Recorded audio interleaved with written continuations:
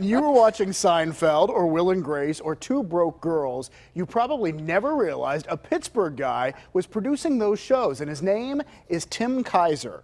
And at the height of his success, he made an unusual move. He announced to his family, "We're moving back to Pittsburgh." I can see why, and what followed, maybe one of the longest ever commutes to work. And in fact, as we told you yesterday, he's back in LA for a new series. But before he left, I met with him and he shared some wonderful behind-the-scenes stories. Tim Kaiser has his share of awards. After all, he's been a producer on some iconic hit shows, and his love of TV started back home in Pittsburgh. I was hooked at age 7, thinking like, I don't know what these jobs are, but I want to do this. His dad, Lloyd, was president of WQED, and Tim remembers visiting Channel 13 and talking with Mr. Rogers. We walked into Fred Rogers' studio, and he was just about to shoot and said, "Stop." Didn't know who I was. It wasn't the boss's son, and came over, put his arm around me and sat down. Everyone just waited.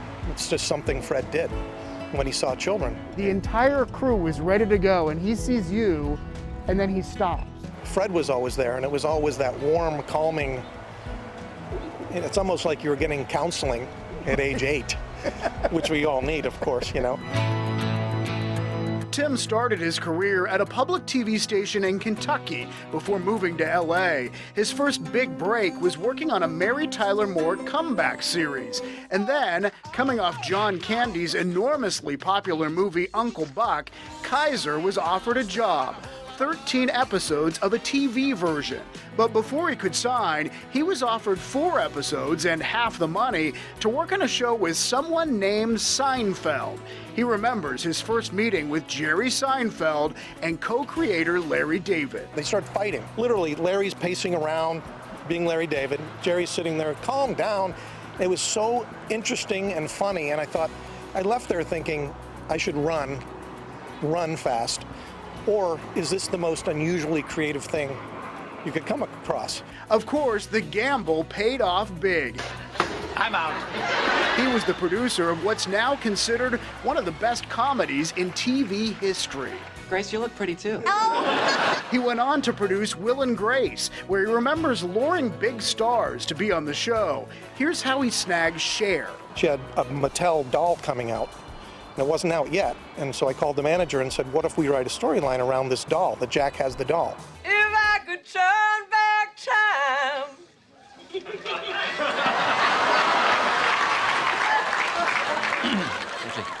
And I could turn back time.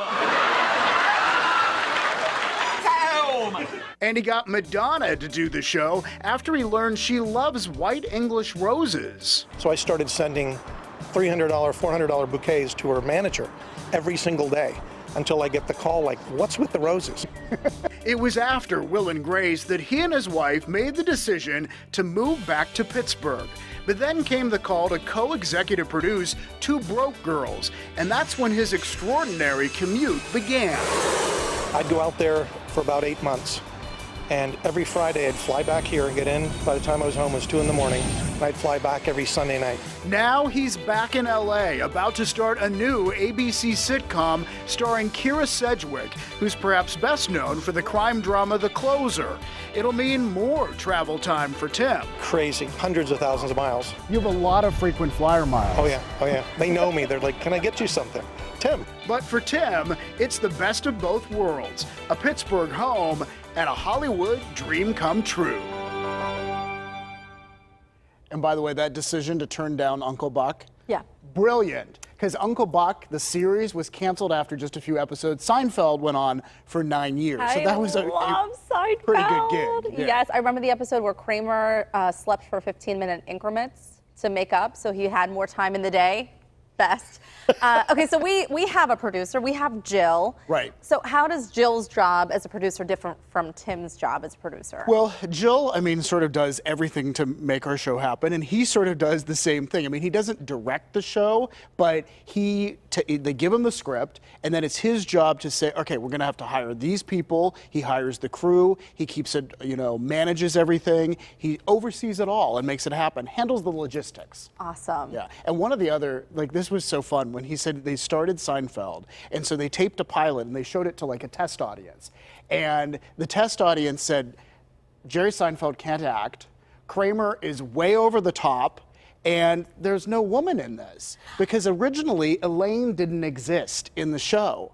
And so, so the first two things they threw out. They said, no, we like Jerry just fine. Kramer is where we want him to be, way over the top, and we're going to hire Julia Louis-Dreyfus. Yeah. Love Elaine. Otherwise, we would not have a dancing role model. I was going to say, Elaine and I are on the same dancing level here. Right. So fun. It was great talking with Tim. Yeah, and we wish him the best out there in Hollywood. I cannot believe he makes that commute. Unbelievable. That's commitment to your family for sure. It is. And to the job.